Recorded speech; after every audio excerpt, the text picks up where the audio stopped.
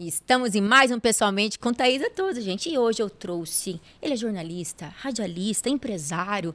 É um homem super de família, a voz super reconhecida aqui em Cascavel. Não tem como não reconhecer. Ele abriu a boca, a gente sabe de quem se trata. O especial, e estou muito honrada de ter aqui comigo o Valdomiro Cantini. Tudo bom, Cantini? Que é isso, a honra é toda minha. Que especial tê-lo aqui comigo. Que prazer estar aqui com você, conhecendo pessoalmente. É. Acompanho seu trabalho, acompanho sua vida familiar também, porque temos um amigo em comum e, por conseguinte, seu esposo, né? Meu querido Ideria Júnior. E é muito bom ainda ter essas ferramentas importantes para falar com a comunidade e automaticamente para colocar ou expor um pouquinho das ideias de cada um sobre esse momento que vivemos, tanto social, econômico, político, ideológico.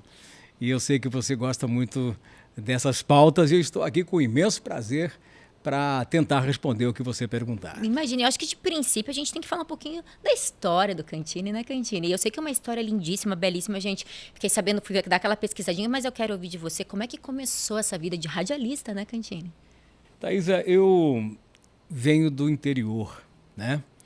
Eu venho da roça.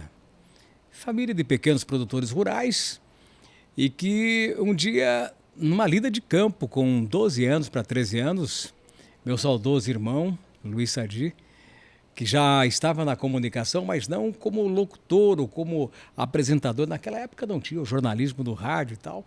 Isso nos idos 78. Olha quanto tempo faz, né? E ele me disse, olha, você quer estudar em Capanema?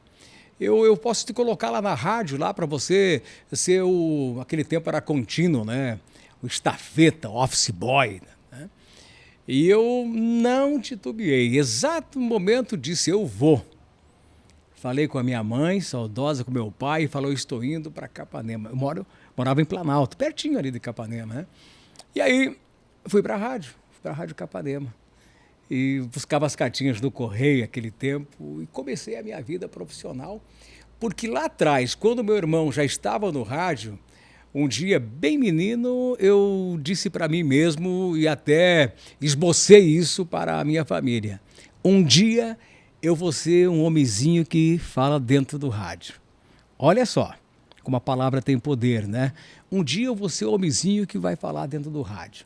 Porque para muita criança, e você que está me acompanhando, você que é da minha geração, sabe que para muitos, né, parecia que o rádio tinha um homenzinho que falava dentro. Como é que pode, vai explicar, né, que liga aqui, saiu uma voz de São Paulo, do Rio, de Porto Alegre, naquela época, e eu dizia, eu vou ser um homenzinho desse aí, eu vou falar dentro do rádio. Isso se concretizou. Minha vida começou e minha única profissão, que eu não me julgo um profissional, me julgo um vocacionado. Eu não tenho profissão, eu tenho uma vocação, que para mim se tornou um sacerdócio, uma vocação de fé, né? Porque tenho no rádio, aonde passei, tenho na televisão, na imprensa escrita, a grande ferramenta para você se transformar e transformar os anseios de uma sociedade em palavra, em verbo. E como Cristo falou, disso, né? Que o verbo se faça carne e habite entre nós, que a palavra se faça verdade e habite entre as pessoas, que você possa motivar com eloquência, com o poder do teu conhecimento e com a tenacidade, né, com respeito ao outro, tentar formar uma opinião. Quem somos nós? Ah, mas formadores de opinião? Não, nós temos que contribuir para que as coisas aconteçam da melhor forma. Então, construí minha vida toda no rádio. Eu sou um vocacionado para isso, estou no rádio há mais de 40 anos, dos meus 58. Veja só, desde 78.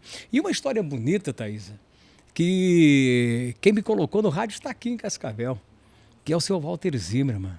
O nosso escritor, aliás, escreveu um livro que eu faço parte dele, e que mora aqui no Tropical, perto da minha casa, e ele que me deu essa oportunidade do rádio, me colocou no rádio lá, e depois quando ele abriu a rádio em Céu Azul, fez-me uma proposta, eu muito menino, né, e não perdi a oportunidade, vim a Céu Azul para colocar uma rádio no ar, foi em 81 por aí, se não estou traído pela memória, e aí começou a minha vida, então ele faz parte disso tudo, então eu quero cumprimentá-lo e certamente mandarei o link para ele, e para a Neide, sua esposa, para dizer que eu sou eternamente grato aos ensinamentos. Um grande profissional, um grande homem, um grande pai de família, um radiodifusor que me colocou no caminho e me deu os passos de gestão, daí, de gerência, de artístico. E eu, com 18 anos, era diretor já. Muito Olha rápido só e que cedo. precocidade. Não, a minha vida é toda precoce, porque eu, com 14 anos, narrava futebol. Era repórter esportivo, eu comunicava no rádio. Eu fazia aqueles programas de auditório em centros de tradições gaúchas, de CTG em Capanema. Eu disse, eu tenho que ser diferente. Eu não vou perder a oportunidade. Eu poderia ir para casa. Não, mas eu ficava ali treinando, eu ficava ali fazendo locução, eu ficava treinando dicção, uma caneta embaixo da língua para você poder impostar a tua voz. De que maneira? Como é que vai falar? Que alegria? Como é que está? Alô, você? Atenção, o texto, a maneira de gravar, o fato. Eu vou falar uma notícia interessante. O Tiago está hoje muito mais feliz, a Thaisa está radiante do seu programa. Como eu posso dizer? Olha, infelizmente, um temporal se aproxima aqui da cidade de Cascavel. Temos que recolher as crianças. O tom dá completamente diferença na situação. Isso, a tua voz te dá o estado de espírito, né? Porque o rádio é o teatro da vida. Você está imaginando, aqui você está me vendo, hoje com as plataformas digitais, da televisão, da internet, eu estou falando, 6 da manhã, o pessoal está me vendo, eu estou dizendo, olha, está chovendo em Cascavel, o meu operador abre a câmera e está mostrando a chuva lá fora, no canal do YouTube, ou no Facebook, no Instagram, assim por diante, e aquele tempo não era simplesmente o teatro da vida, tanto que tinha novela no rádio. Eu participei de radionovela. Até hoje a gente coloca para as crianças, a gente adora só ouvir para você cria na sua imaginação, né, a situação. Lindo, rádio é fantástico, sou apaixonado, eu sou até um tanto quanto suspeito para falar, né? Suspeito, mas então a minha vida foi essa, sempre no rádio, sempre, poucas, aonde passei, pouco, não andei muito, né? Mas tive o privilégio, Thaís, isso aqui não é para se vangloriar, né? Eu podia até mandar a modéstia as favas, mas aonde eu trabalhei, eu tive, com o suor do meu trabalho e dos meus colaboradores, que sempre são importantes, de comprar as emissoras. Né? Se tornou emblemático também. Eu sei que tem uma história muito forte com o Pato Branco, né? Muito, muito, muito. Pato Branco, a começar por Capanema, depois vim para Céu Azul.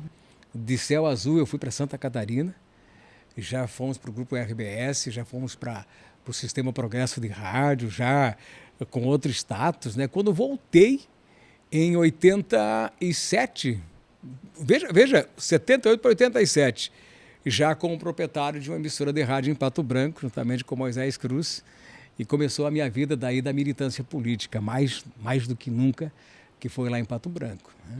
É ali que iniciou a veia política do Cantini, né? Eu vou te contar, eu comecei a militar porque eu comecei na Rádio Cidade, era Pato Branco, mudando para a cidade. E se tiver chato, depois tu edita isso aí, tá bom, Thaís? Tá ótimo, tá todo mundo adorando saber. E aí fui chamado pelo então deputado federal Alceni Ângelo Guerra, que é de Pato Branco. Chegou o deputado, queria falar comigo, eu estava na Rádio Cidade. Ele falou, olha, tudo bem, estou acompanhando teu trabalho aqui, fantástico. E eu fui convocado pela coordenação da campanha do Fernando Arnold Collor de Mello para ser coordenador da campanha dele à presidência da República. Eu falei, deputado, quem é esse Fernando Arnold Collor de Mello? Ele falou, não, prefeito de Alagoas, governador de Alagoas, prefeito, biônico, mas foi prefeito, uma história, caçador de marajás, a Globo está promovendo ele como grande estadista, e vai ser feita uma campanha para que, depois da nova República, possa vir um candidato de centro-direita para governar o país. E eu que tinha vivido os momentos, né, das diretas já, na emenda Dante de Oliveira, que talvez não seja do seu tempo, mas com certeza muitos que estão acompanhando sabem, que um deputado aqui do Mato Grosso, ele ousou ainda num regime que diziam totalitário, que eu não concordo, que o ato de 64, para mim, não foi um ato totalitário, ditatorial. Muitos do que viveram nessa época falam a mesma coisa. Eu não concordo jamais. Vivemos grandes tempos. Eu acho que aqueles que transgrediram naquele momento, como transgrediram agora nessa ação, nos 3 poderes, pagaram e tinham que pagar. Acho que qualquer um que está dentro da normalidade tem que ser respeitado. Agora, fora da Constituição, tem que pagar pelos seus erros. Ninguém está imune. Muito embora hoje a gente está vendo que tem gente imune. A gente está vendo que está conseguindo, né? Hoje, infelizmente, essa prática é nociva, né? Então, o Dante Oliveira usou. E aí foi uma grande tristeza, a minha grande primeira decepção, já entendendo um pouquinho ideologicamente a política. O sistema. Porque o Dante Oliveira entrou com as diretas já e criou-se um movimento, porque tinha que votar no Congresso brasileiro. E aí o pessoal fala, mas teve um golpe de 64. Golpe com o Congresso e o Legislativo e o Judiciário funcionando, isso não é golpe. Golpe é o que você não tem. A tua liberdade, né, de exercer principalmente o sufrágio. Muito embora você sabe que nós não tínhamos eleição direta para prefeitos das áreas de fronteira, nem nas capitais, e eram nomeados. Né? Aqui, o nosso último governador nomeado aqui foi Jaime Cadê Júnior, né? Pelo Ernesto Geisel, que era o presidente militar, o general. Né? Então, o que aconteceu? Fomos para a rua já, eu moleque de tudo. Mas um piá pançudo, desculpe a minha sinceridade. Não, aqui, é o termo mesmo. Mas já acompanhava aquilo, e eu me emocionava com o Tancredo Neves discursando. E olha que a minha família vem toda de direita, né? Vem do velho PDS, da arena e do PDS. Né? Mas eu me emocionava de ver aqueles estadistas que estavam combatendo supostamente um regime, mas que queriam a liberdade pelo voto. Franco Montoro, né? O grande Tancredo Neves, o Leonel Brizola estava fora do país, daí já era mais esquerda, mais radical um pouco, o nosso José Richa aqui do estado do Paraná, o saudoso Scalco aqui de Francisco Beltrão, o movimento, né? Mário Covas, grandes nomes, né? E outros que se somavam naquele momento pelas diretas já. E passou-se uma cruzada pelo mundo e pelo Brasil inteiro. Uma das maiores concentrações que eu vi e cobri, foi em Curitiba, na Boca Maldita. Álvaro Dias estava lá, naquele momento também, um político histórico aqui do nosso estado do Paraná. E São Paulo. Thaisa, se você pegar pela história e pesquisar, a Fafá de Belém cantando o hino nacional, eu estou arrepiado de lembrar. Aquele era o Brasil que a gente estava redescobrindo para essa nova república, né? Nova república. E aí foi para o Congresso Nacional. Você sabe muito bem, eu estou contando um pouquinho da minha história associada à história do Brasil. Claro. Porque faz parte da minha história isso aqui, tem muito a ver também com o que a gente está vivendo hoje, né? Faz parte. E aí foi pro colégio, foi pro Congresso para votar. Você pode acreditar um negócio desse que depois que tinham dito que era um golpe militar, os deputados rejeitaram a emenda Dante de Oliveira? Você tem noção do que é isso? E não passou as diretas já?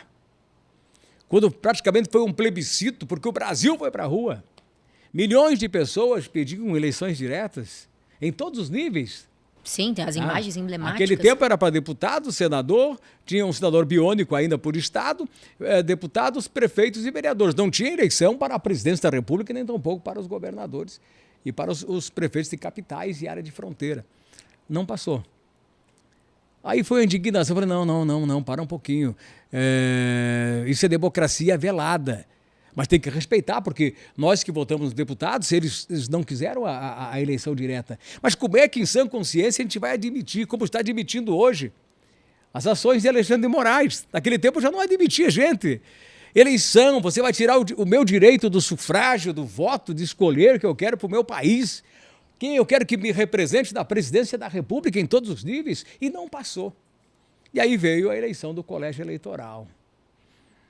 Olha isso aí, olha o tempo que tem isso, gente, olha o tempo que tem isso.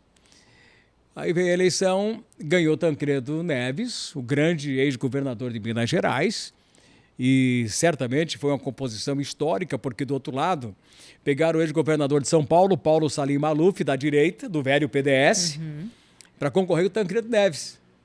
E no colégio eleitoral ganhou o Tancredo Neves com o vice José Sarney. E aí ninguém me tira da cabeça até hoje que teve a maior conspiração, né? Que teve o maior esquema para matar ou tirar a vida de Tancredo Neves. Isso não pode. Foi muito, né? Uma diverticulite não pode matar um homem com a saúde dele. Não pode, antes de assumir, você entendeu? Ele morre. O presidente eleito, não pelo voto popular, mas pelo voto que nos representava. Era democrático, os deputados que votaram nele no colégio eleitoral. Venceu o Paulo Maluf. né? E aí assume José Sarney. Aí você viu o que aconteceu. E ali começou a decepção. Inflação de 80%. Os fiscais do Sarney. Você tem noção do que é a história que nós vivemos? Aí compra voto de deputados, dando emissoras de rádio, televisão, Cefetes naquela época, né? Trocando a maior transação do toma lá da cá para ganhar mais 5 anos de mandato, né?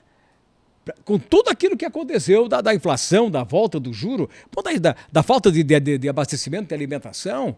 E aí, senhoras e senhores que nos acompanham, né, nos dão essa audiência extremamente qualificada, vem a eleição e veio o Collor de Mello. E aí eu já participei dela. Tava lá, de camarote. Eu voltando lá ao Cid Guerra, falei, tô contigo, vambora. Ele falou, não concorra a deputado, vai Ivânio Guerra, meu irmão no meu lugar, eu vou coordenar a campanha e você vem comigo. Ele falou, vou contigo. E eu apresentei os comícios do Collor. Parecia aquilo que seria, gente, a transformação ética e decência política, o caçador de marajás, aquele que caçou todo o Bardabel, Marajá de prefeitura, de serviço público do Estado, caçando salários, aquelas aposentadorias milionárias, tanto do tribunal como também de políticos. É esse cara. Jogando a máquina. Esse cara jovem, imponente, punho cerrado, minha gente. E aí foi aquela transformação, a eleição foi fantástica. E olha quem ele venceu, né? Disputaram bastante bons candidatos, eu me lembro muito bem, mas a polarização não foi só em 2, foi o Brizola, o Lula e o Collor. E ele venceu o Lula já naquela primeira participação do Lula como candidato, foi presidente da República.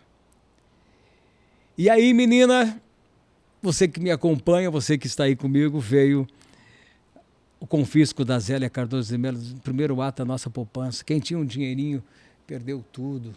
Nos bancos, até 50 mil. Já veio a decepção e eu já fui para o outro lado, já comecei a questionar essas maneiras impositivas, né? Aí vieram muitos fatos nocivos, né? O próprio Cid Guerra, que fazia um trabalho extraordinário, ele que instituiu a licença paternidade.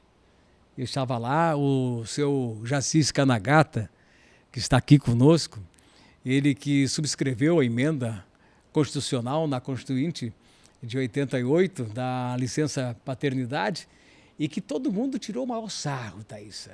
Imagina. Um homem vai engravidar. Eu quero que você que está acompanhando, entra aí, bota a licença paternidade e veja o que Ulisses Guimarães falou para o Alcine. Tirou um sarro. Deputado Guerra, quer dizer que o homem vai engravidar para ter licença? E ele contou a história de uma mãe, que o pai não foi liberado, e a mãe morreu num parto na Policlínica de Pato Branco e a filhinha ficou sozinha. Ele contou no plenário, choro de todos, inclusive o Lula, que era constituinte naquele momento, Benedita da Silva, e o próprio Ulisses pede desculpa para ele. Então ele foi um deputado atuante da licença e criou o SUS, a lei do SUS, que ele criou e o que o Collor vetou, depois voltou atrás do veto e hoje é o maior programa social da saúde do mundo, que esse SUS, né? Mas daí veio a ele, porque tinha aproximado o Brizola do Collor. Eu me lembro bem, quando o Brizola disse, mas meu rapaz, ele falava assim, né, bem gaúcho, né?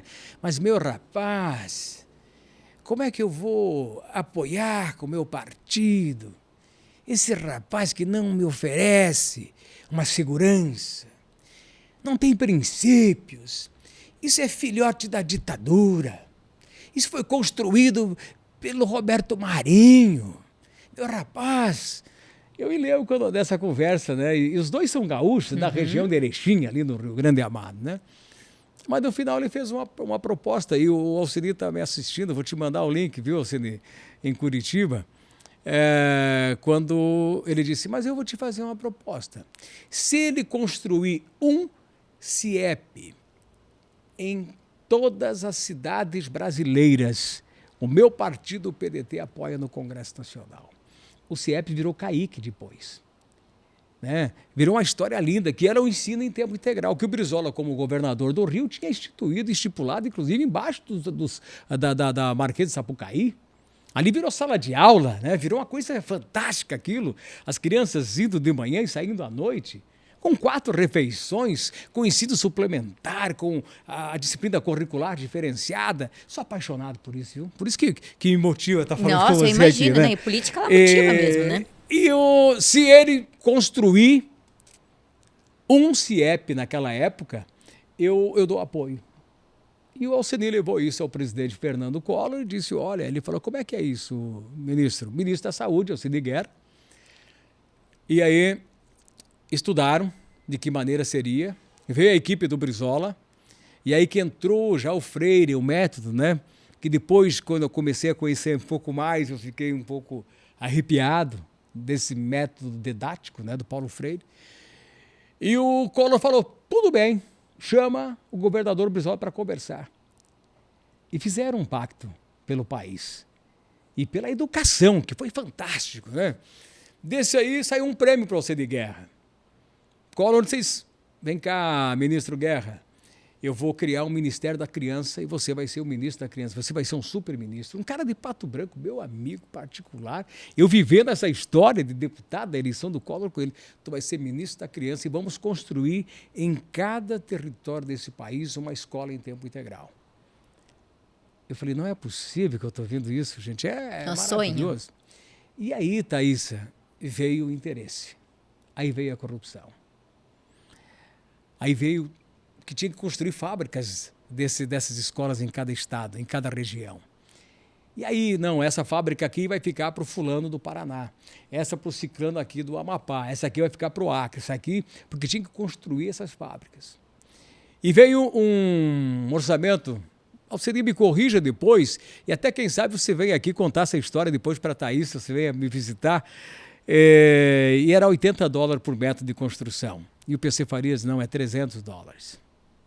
E começou a ganância. E o irmão do PC Farias estava no Ministério da Criança. É 300? Não, é 80, é 300. O que aconteceu? Alcenir virou ladrão de mochila, bicicleta, guarda-chuva, vacina cubana, destruíram um pai de família, a mídia destruiu com o Alcenir Guerra, daí caiu o governo, daí por causa que o Collor ganhou da Fiat uma Fiat Elba, ele foi impeachmentado pelo parlamento brasileiro. Então essa indignação que eu falo da minha vida política foi aí, que lá em 94 não tinha ninguém para dobrar politicamente aquela dobradinha de deputado federal e estadual com o irmão do Alcenir, que era o Ivânio Guerra, um médico conceituado, fez 3 mandatos de deputado federal depois, né?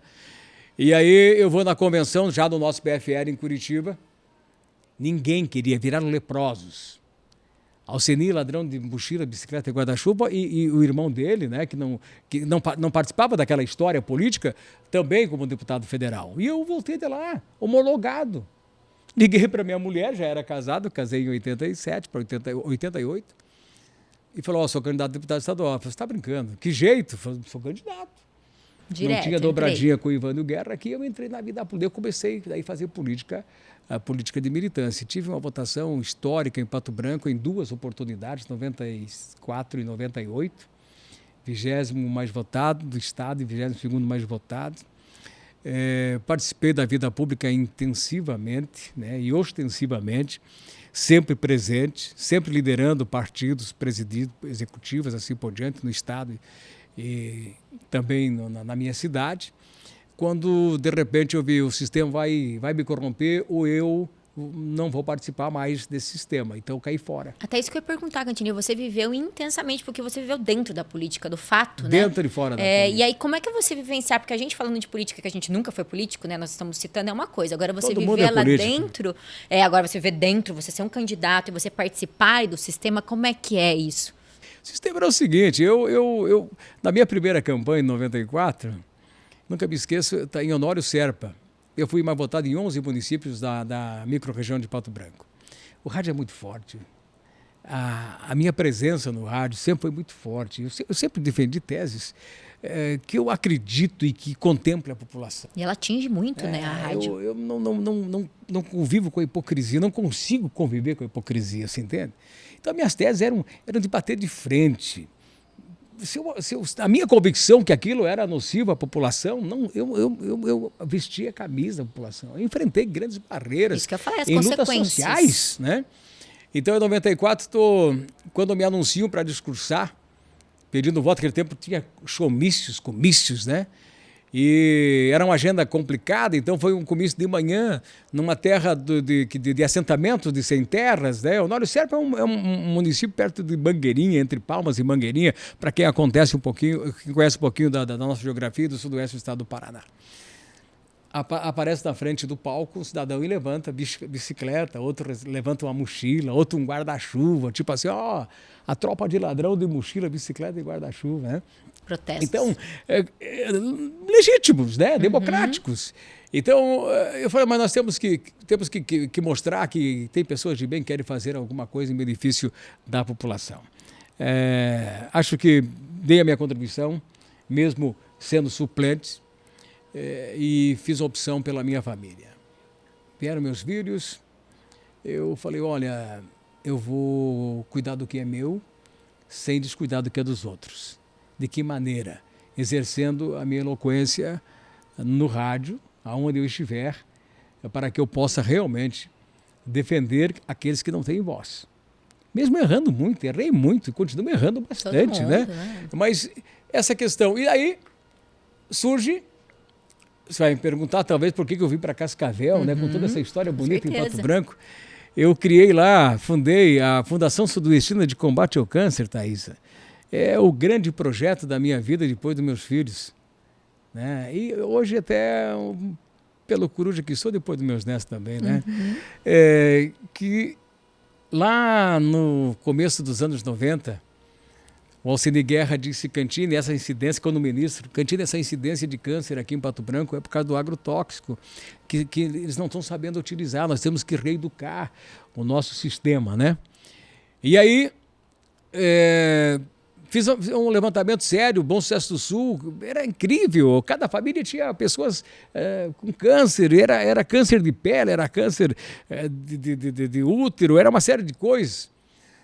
E daí o INCA do Rio de Janeiro trocou já pelo moderno acelerador linear a bomba de cobalto, que é o que se utiliza para fazer a radioterapia, né, no câncer. E ele falou, Cantini, peça para o prefeito fazer um requerimento aí em Pato Branco e eu vou destinar como ministro essa bomba de cobalto para Pato Branco. E vamos tratar esse pessoal aí. Você se vira para fazer uma casa-mata para sustentar isso, porque são paredes de 2, 3 metros de espessura com muito aço para não passar radioatividade. E eu já comecei a sonhar com aquilo, né? Vou pedir ao secretário de saúde, um médico urologista, meu grande amigo, que a gente carinhosamente chamava Dr. Jacaré, né? Ronaldo da Silveira. Ele falou, meu Deus do céu, não é verdade, Cantini. Eu falei, sim, vamos ter aqui um hospital oncológico. O ministro de Guerra está viabilizando isso. Ele chegou ao prefeito, mas era adversário político do Alcine Guerra e nosso adversário político lá na cidade de Pato Branco. Ele falou, de jeito nenhum, não vou pedir para esse cara crescer politicamente aqui na minha cidade. E não pediram. E aí, o que aconteceu, Thaís? Está aqui a história. O Hélio Laurindo, da Rede Stop, era prefeito de Três Barras. Jovem Hélio Laurindo, prefeito de Três Barras. E era presidente da MOP. Naquele momento, ele deve estar acompanhando, vai chegar até ele isso. Ele soube de todo esse imbróglio, porque Três Barras pertence ao sudoeste do estado do Paraná. O que ele fez? Ele requisitou para a MOP essa bomba de cobalto. E foi ao CNI, ganhou, foram buscar. O hospital regional da época, que não era universitário, com o Rotary Club aqui, se eu não sou traído pela memória, que abraçou essa causa do tratamento do câncer e fizeram a casa-mata e a operação para começar a tratar as pessoas que vinham de Pato Branco e do Mato Grosso, da região toda aqui. E depois se transformou na UPECAM, né? Depois vieram os avanços todos e hoje nós temos essa referência do tratamento do câncer, tanto aqui como Moarama, dessas duas casas oncológicas espetaculares aqui da nossa UPECAM. Mas essa bomba do cobalto e essa história toda era para estar lá, no sudoeste do estado do Paraná. Mas eu não me entreguei. Não desistiu. Não me entreguei. Falei, não pode. Eu chamei a sociedade pelo rádio criei o estatuto, fizemos a Associação Sudoestina de Combate ao Câncer. Dr. Vitor Hugo Ribeiro, um advogado fantástico, um advogado jornalista do Jornal da Cidade, me ajudou a escrever o estatuto. Elegemos a diretoria, sou mantenedor até hoje, eu e minha mulher. E me elegeram presidente. Imediatamente eu fui ao Erasto Gersten, em Curitiba, família Pisato, que eu tenho o maior carinho, e consegui uma parceria com eles. E a parceria minha se estendeu, a nossa, ao povo. E eu não peguei um recurso público, só a população, e construímos um hospital. Ajuda em conjunto, literalmente. Construímos um hospital. Eu pedi assim, eu preciso de 200 sacas de cimento, 300 na hora. Vamos concretar uma laje nesse final de semana. Empresários iam lá puxar carrinho de mão. Naquele tempo não tinha concreto usinado, né? Então, você vai largar toda essa história, Cantini, tudo que você fez aqui, quantas moradias, quanto conjunto habitacional do bairro Planalto, Gralha Azul, toda essa história, envolvimento que você teve com essa população, vai largar tudo para ir embora. É que o pessoal não sabia que o Alceni tinha sido escolhido por Jaime Lerner para ser o candidato a governador. Porque ele era prefeito de Pato Branco naquele momento, né? Até eu vai me interrompendo aí, imagina, viu? Por favor, né? Estamos aqui super prestando atenção. Até eu lembro que quando eu saí da eleição de 98, com a votação de 30 mil votos naquela época, tem noção? Pesquise aí, 25.102, você vai ver a minha votação no Tribunal Eleitoral naquela época, e com o rádio, com a população, quase 30 mil votos. É muito voto para aquela época. Se você jogar hoje, em termos de eleitoral, o percentual de Pato Branco hoje, só em Pato Branco me elegia tranquilo deputado, né? E eu seria o virtual candidato a prefeito, porque todas as pesquisas me davam a soma dos demais candidatos. Eu disse, Alceni, você vai ter que ser o candidato a prefeito. Ele falou, tá brincando? Tu viu o orçamento que eu administrava do Ministério da Saúde, do Ministério da Criança? Administrar Pato Branco, que só tem esse apego do agronegócio, ainda do minifúndio. Sudoeste é uma cidade que aconteceu já a reforma agrária, porque é muito minifúndio que tem lá, né? Eu falei, Alceni, só tem uma saída para voltar à vida pública.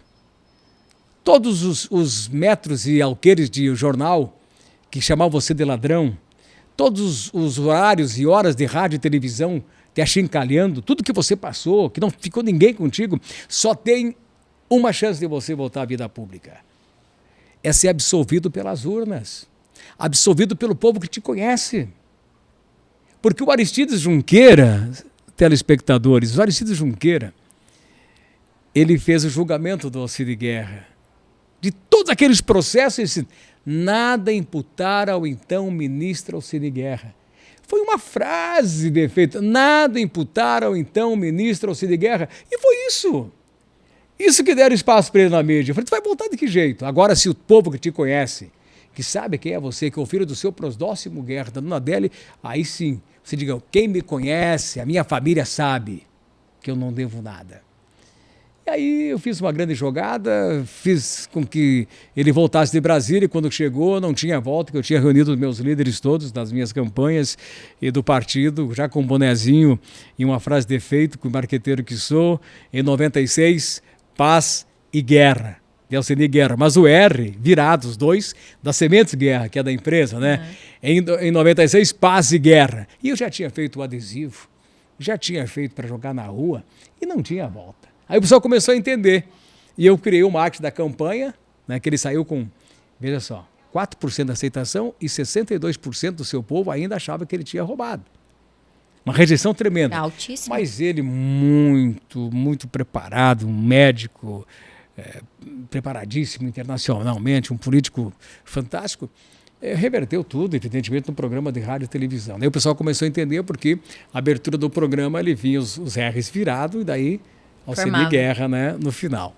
Marketing já pegando pesado. Lindo. Não, aquele tempo já saiu, já tinha televisão, né? Então foi uma coisa muito linda. Ganhou a eleição com 74% dos votos. Nossa. Ganhou do Carlos Almeida, que era o presidente do Banco do Estado, querido, nós tínhamos apoiado ele a prefeito na eleição anterior. Uma eleição maravilhosa. E implantamos aquilo que o Brizola queria, o tempo integral. Fomos destaque em todos os momentos, porque primeiro programa de governo, nós tínhamos feito um programa Pato Branco século XXI, para no primeiro ano, a primeira série, hoje no ensino fundamental. Segundo ano, terceiro, em 4 anos de auxílio guerra, que não tinha reeleição, fazer todas as crianças do município, da escola municipal, em tempo integral. E aí nós nos debruçamos na disciplina, na grande grade curricular. Tinha inglês, espanhol, teatro, cultura. Era coisa linda, as crianças chegavam cedo, já tinha o café da manhã, tinha o lanche, almoçava, ficava na escola, tinha recreação, tinha teatro, tinha reforço. À tarde ia para casa jantado. Auxílio para um pai trabalhador, né? E aí a sociedade doou. Mas daí a Ana Séries Trento Comim, que era secretária de Educação, disse, não, vamos fazer, os professores querem fazer a sua doação.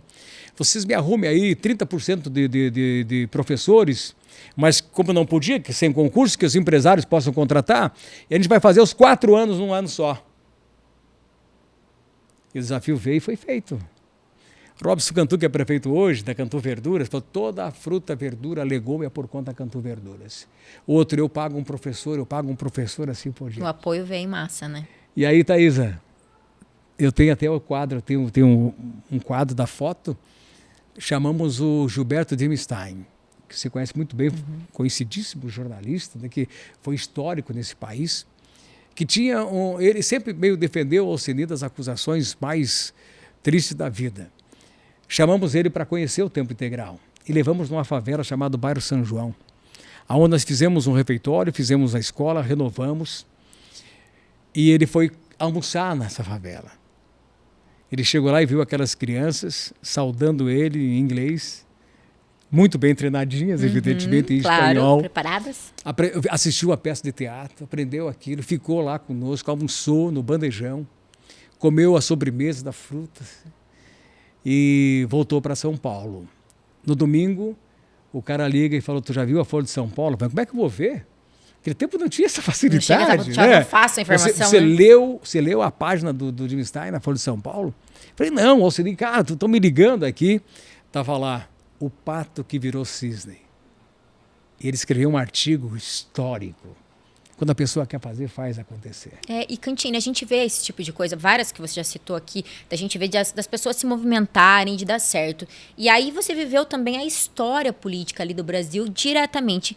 E a gente está vivendo um momento político, né, muito tenso, onde a gente acompanha o teu trabalho ali falando a respeito disso, a repercussão de toda a situação que está acontecendo no Brasil. Como é que é vivenciar lá de trás até hoje e ver aonde nós chegamos ou estamos chegando, né?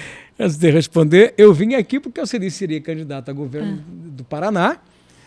Teve que renunciar o mandato para salvar o governo Jaime Lerner, que não conseguiu, foi para a Casa Civil. E aí, evidentemente, mudou essa história. E eu vim para cá botar um núcleo político aqui.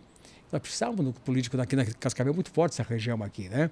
Aí eu não voltei mais, porque aqui é o Eldorado. Essa terra aqui é tão pródiga ou próspera que jorra leite e mel nisso aqui.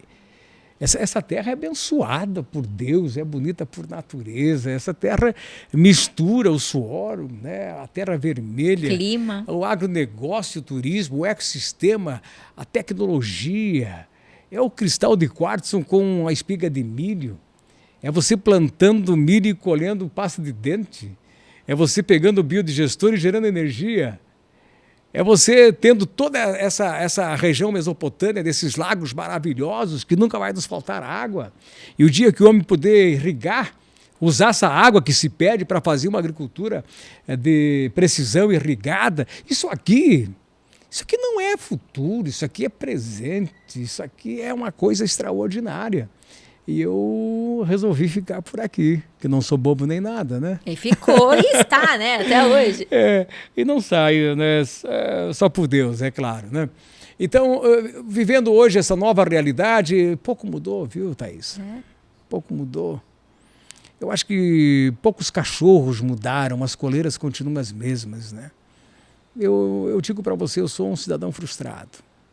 Frustrado talvez pela parcimônia ou a cumplicidade da população brasileira.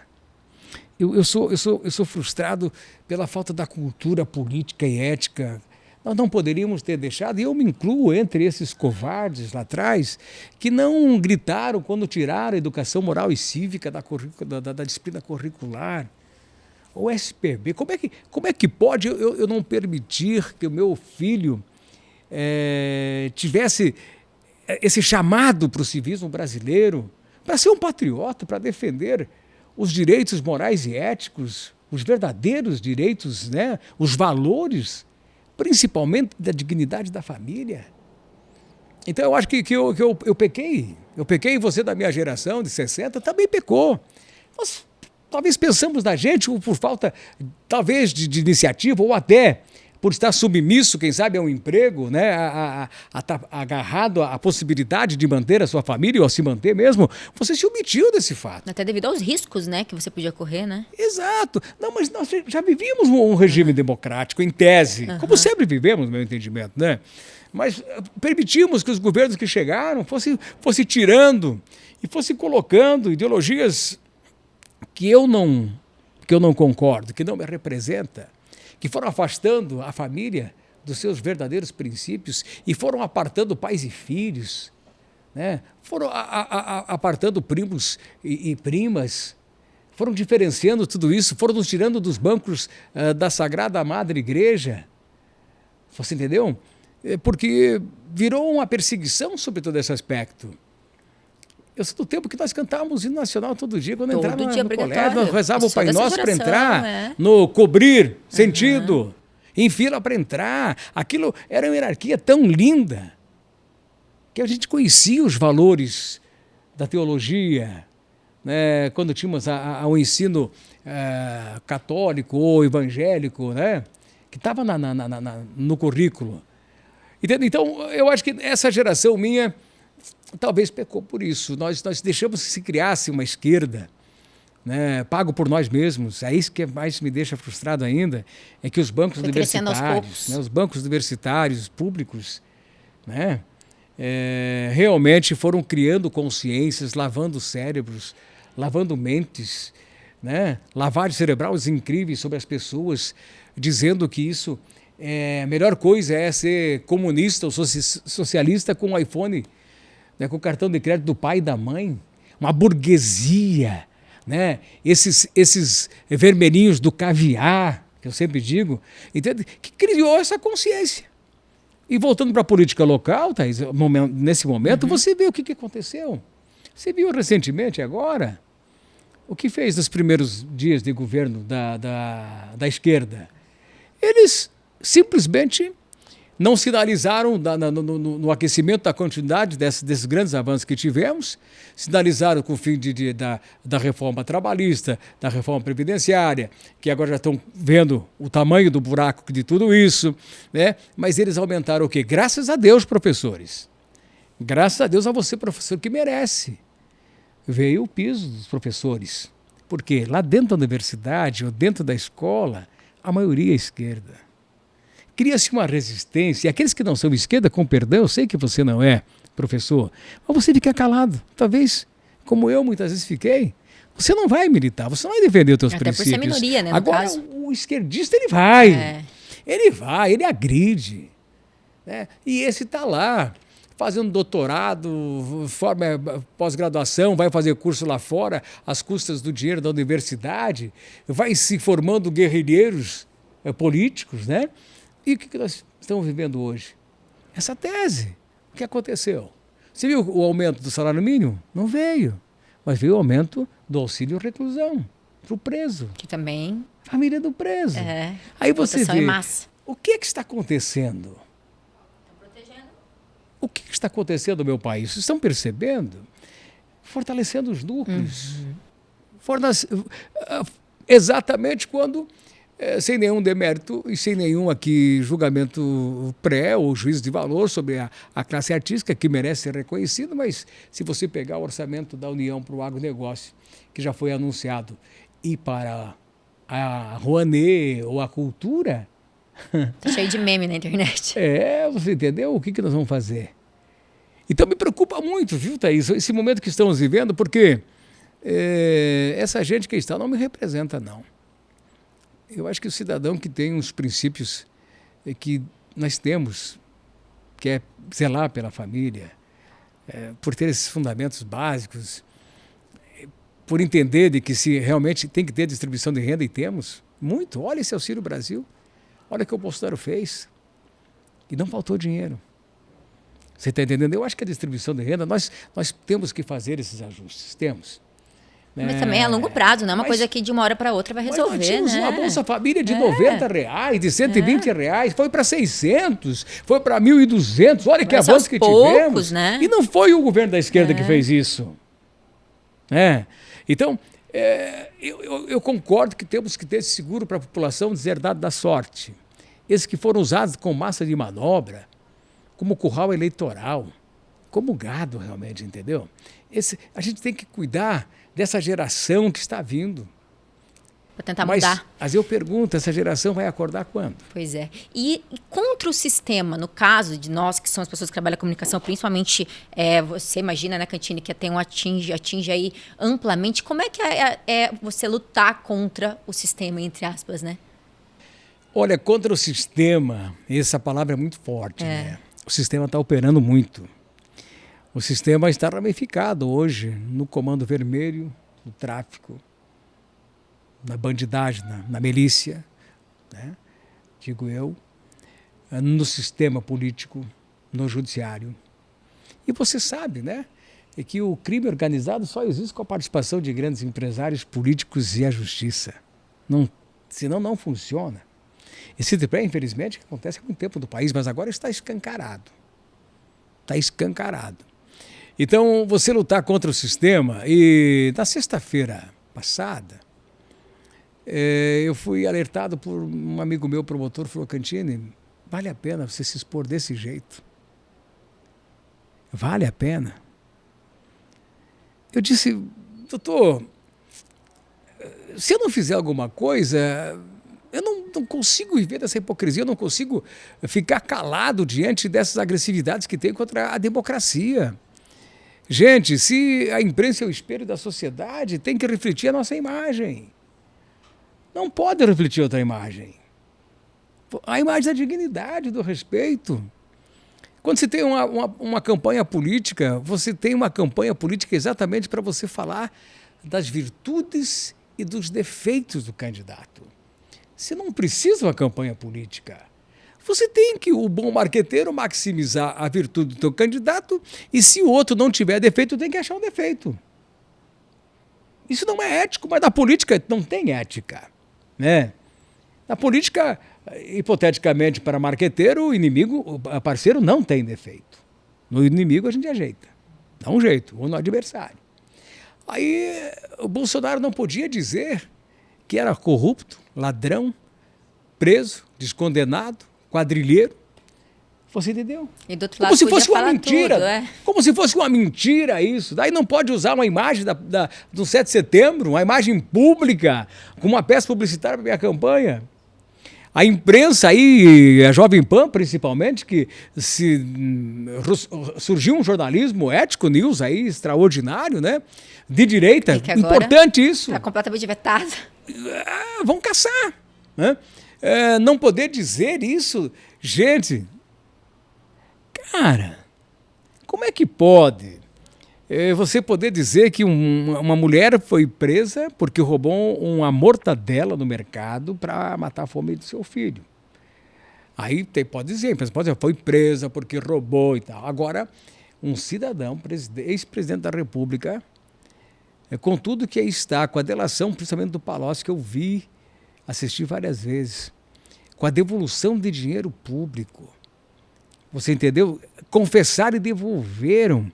Transitado e julgado não só monocraticamente, transitado e julgado por colegiados, por tridos, por tribunais, em 3 instâncias. E daí eu não poder dizer, ou o candidato não poder usar isso para dizer: pessoal, vocês querem um ladrão, vocês querem um bandido, como teu presidente, ou como teu governador, ou como teu deputado. Vocês não poder dizer?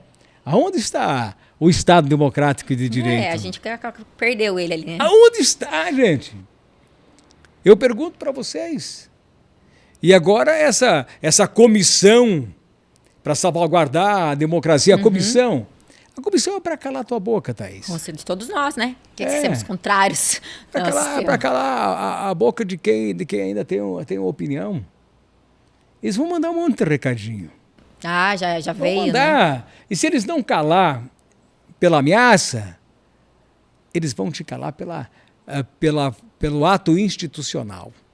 E aí que vem os riscos. Aí poderemos nos ver, quem sabe, no cárcere. Pelo amor de Deus, Cantini, vamos pensar positivo. Mas assim, que não eu brinco que a gente estava conversando nos bastidores sobre isso, né? Que a gente corre o risco, a gente passa por isso, pelas censuras que as plataformas estão fazendo com todo mundo que fala o contrário, mas aí também você pegar e abrir mão de você falar o que você tem vontade, é se calar perante algo que vai ao contrário do que você diz. E se a gente não tentar, pelo menos, né, Cantini? Aí a gente tá naquele percentual ali que você comentou ali, de quem não tentou e aí depois vai se arrepender, não é? Meus filhos estão vindo aí, viu?